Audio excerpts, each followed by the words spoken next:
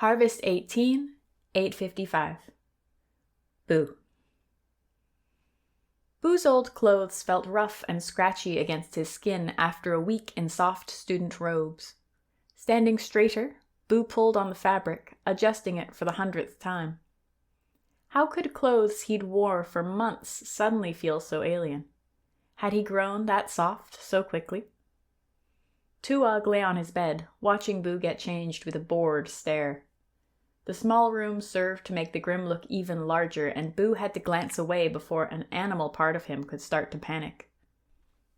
He wondered if Tuag could read his mind, as in that moment a wolfish, self-satisfied grin spread across his face. "Shut up," Boo mumbled in return, placing his neatly folded robes on his neatly made bed. Cleaning up the mess from T and his cronies had taken hours, but Boo wanted to leave the university as he had found it. He left the scrawled graffiti on the wall above his bed intact to act as an explanation to anyone that might wonder where he'd gone, saving himself the struggle of writing a letter himself. The bold letters scrawled out "murderer," which neatly summed up the opinion of many at the school. Scooping up the sack of meager supplies he had arrived with, Boo took one last look around his temporary room and left it behind. He headed directly for the front gate, trusting that the dawn hour would protect him from too many curious eyes. No gray figure waited outside the library this time, and Boo felt his shoulders loosen, forcing his mind to focus on Tuag's eerie, silent footfalls rather than remembering the attack in the workshop. His steps grew lighter as the front gate came into view, homesickness dragging him forward with such force that he had to remind himself not to run. He could leave the bullies behind. The gray students, the nightmares, the experiments. Even the books and classrooms and lectures would all fall away once he stepped out that gate. The journey would be dangerous, he knew, but he didn't care. No one would bother him with the Grimm at his side, and if he paced himself, he trusted that he could make it back to his uncle. Hunger and cold seemed like distant, manageable problems just then. "Boo!" Ida's voice rang jarringly against the morning silence, startling him. Turning, he spotted her running towards him from the girls' dormitories. He wished dearly that he could have outrun her. Talking was the last thing he wanted right now, but he knew that any effort to escape a conversation would only see him winded and embarrassed. "Boo, where are you going?" Ida asked as she caught up with him, grabbing his sleeve as if she could hold him there. To be fair, she probably could. "Home," Boo shrugged, feeling the answer in the scratch of his shirt and the soles of his shoes. "I hate it here. I'm going home." Ida's face scrunched up like it did when he got homework questions wrong. Like she wanted to call him stupid, but was too kind. Maneuvering herself between Boo and the gate, she released his sleeve. "You can't do that," she said, crossing her arms. "It's stupid." Maybe she wasn't that kind after all. Heat rushed across Boo's cheeks as he glared at Ida. Balling his fists at his side, Boo wanted to punch her. She didn't deserve it, but he didn't really care.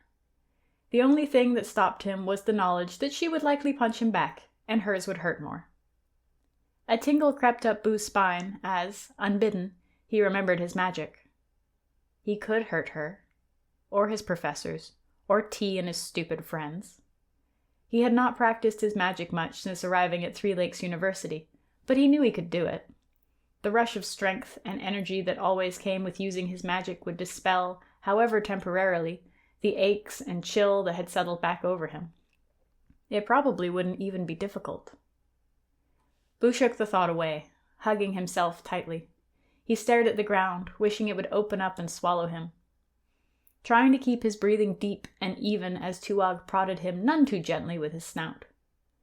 The Grimm wanted him to use his powers, he knew, which drove home how important it was not to use them, especially not for this. "Unless that's an enchanted bag, you don't have supplies.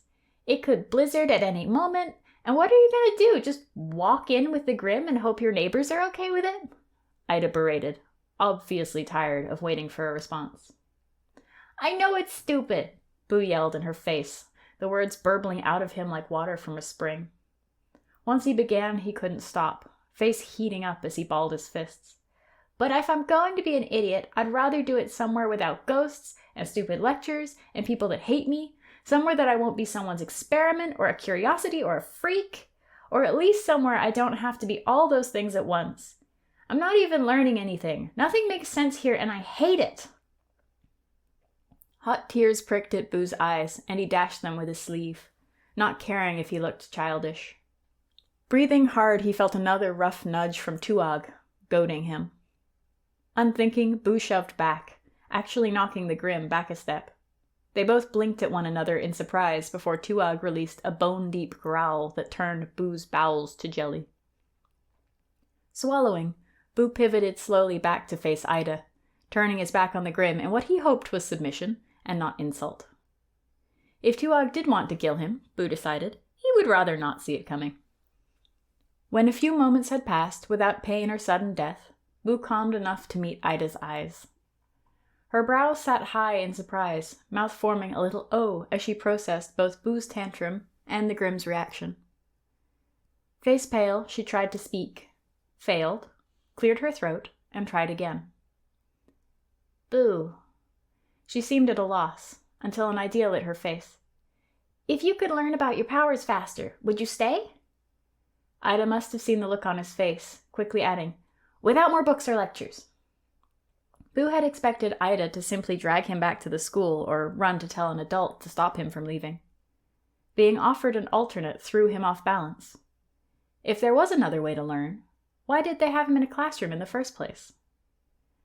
Boo opened his mouth to ask as much, but another voice cut him off, calling his name. Turning, Boo found himself face to face with Captain Riang, polished and perky despite the early hour. The captain still baffled Boo.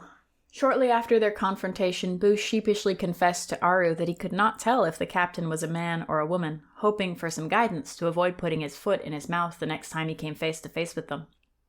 But Aru had only laughed and answered, "Neither," before excusing herself to her work. As a result, he'd taken to copying everyone else, referring to them as neutrally as possible whenever he thought about them at all. He supposed it was a Thaven thing. Once you let women in the army, after all, why bother with other boundaries? The captain's appearance disquieted Boo, but he supposed if it didn't bother the Thavens, then it ought not to bother him. No Zadjian was ever going to marry a Thaven captain after all, and if it made the Westerners happy, Boo supposed that was their business. "Boo, there you are! Heading somewhere? Perhaps we can walk and talk." Boo took an involuntary step back, the captain's venom from Boo's first day still fresh in his mind, though it seemed completely absent now. If Captain Riang noticed his reluctance, they showed no signs of it, turning calmly to Ida and asking, "Would you mind excusing us, Miss Tono? I need a private moment with Boo." Ida's glare told them all exactly what she thought of that suggestion, but she acquiesced with a stiff nod.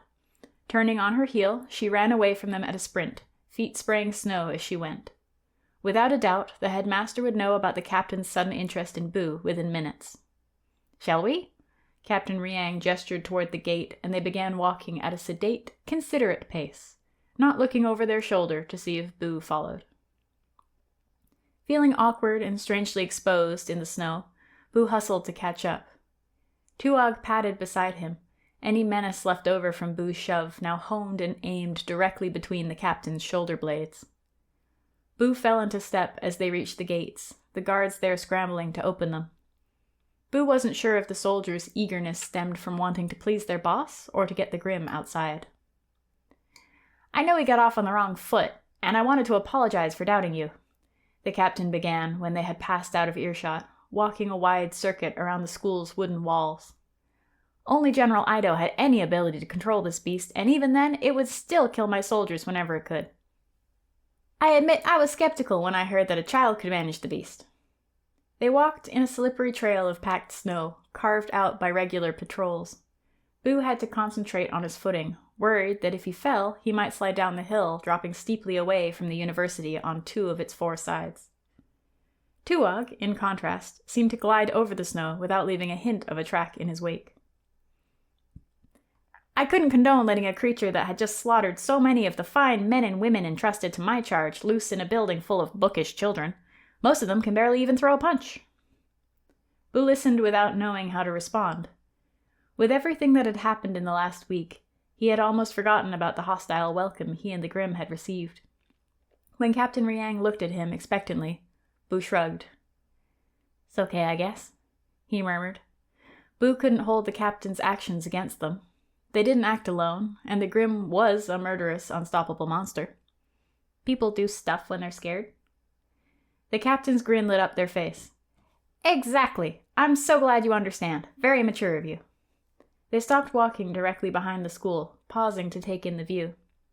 The meadow and more distant trees sparkled in the sunlight under a snowy shroud, the sun's early light throwing shadows from the scattering of homes and barns. A woodcutter forged a path from house to forest, struggling as the snow reached her waist in places. Would Boo really be able to make it back to Redbirch in this? "You were leaving, weren't you?" Captain Riang asked, breaking their reverie. "When the Lida intercepted?" Boo nodded, shrugging again. He didn't see a point in lying about it. Everybody seemed to want him out of the university, and he couldn't agree more with the consensus. "It makes a lot of sense. You've been quite the source of gossip since you got here. From what I've heard, you haven't had an easy time of it. Everyone's scared of you or hateful." They paused, giving Boo an opening to disagree.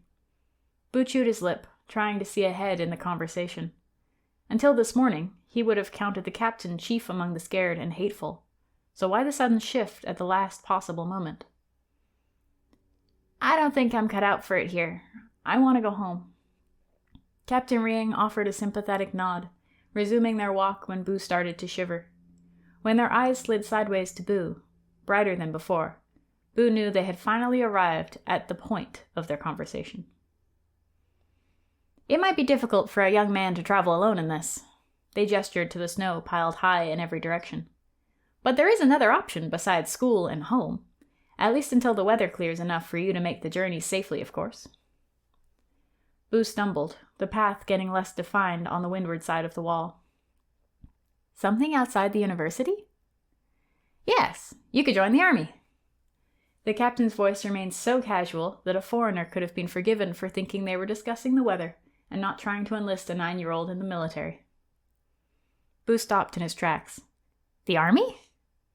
"It's unorthodox, I know, but we can make an exception for your age given the circumstances. The soldiers are more used to the Grimm, and I can give orders that you are to receive nothing but the utmost respect.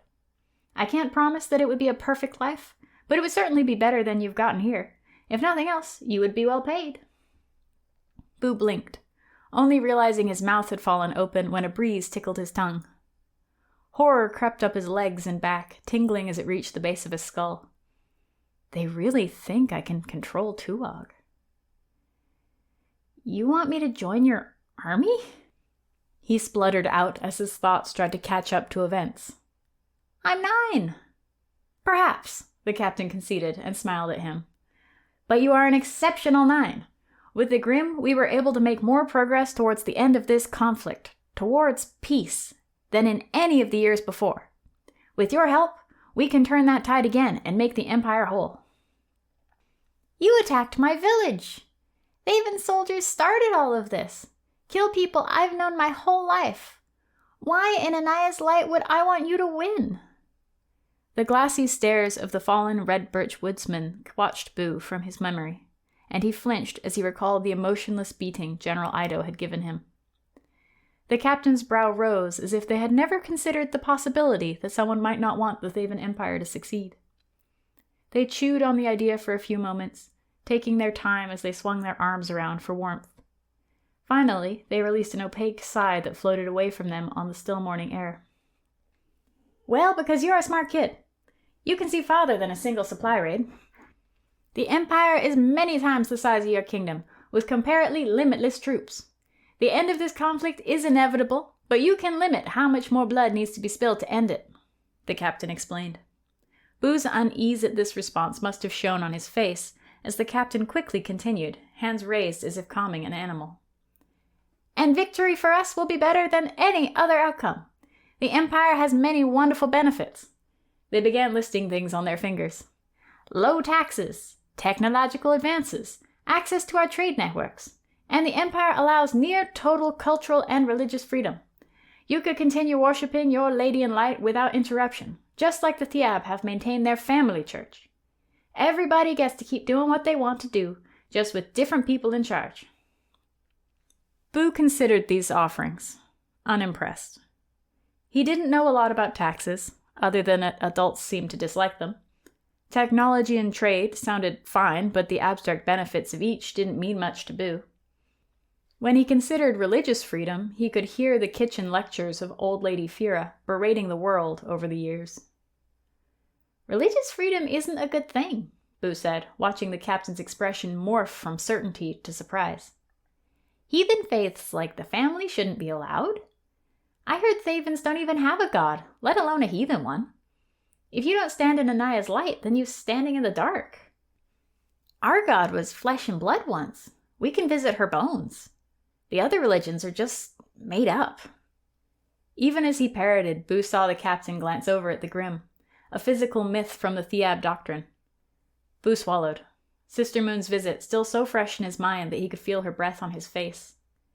Not willing to recant himself, Boo stood taller, offering the captain a stare that challenged them to disagree. "Okay, but consider," Captain Riang started, but stopped when they spotted Headmaster Sinir storming across the snow towards them. "We'll have to pick this up again later, but I do hope you will take some time to consider things." Then to the headmaster they called, "Headmaster Sinir, we were just heading back."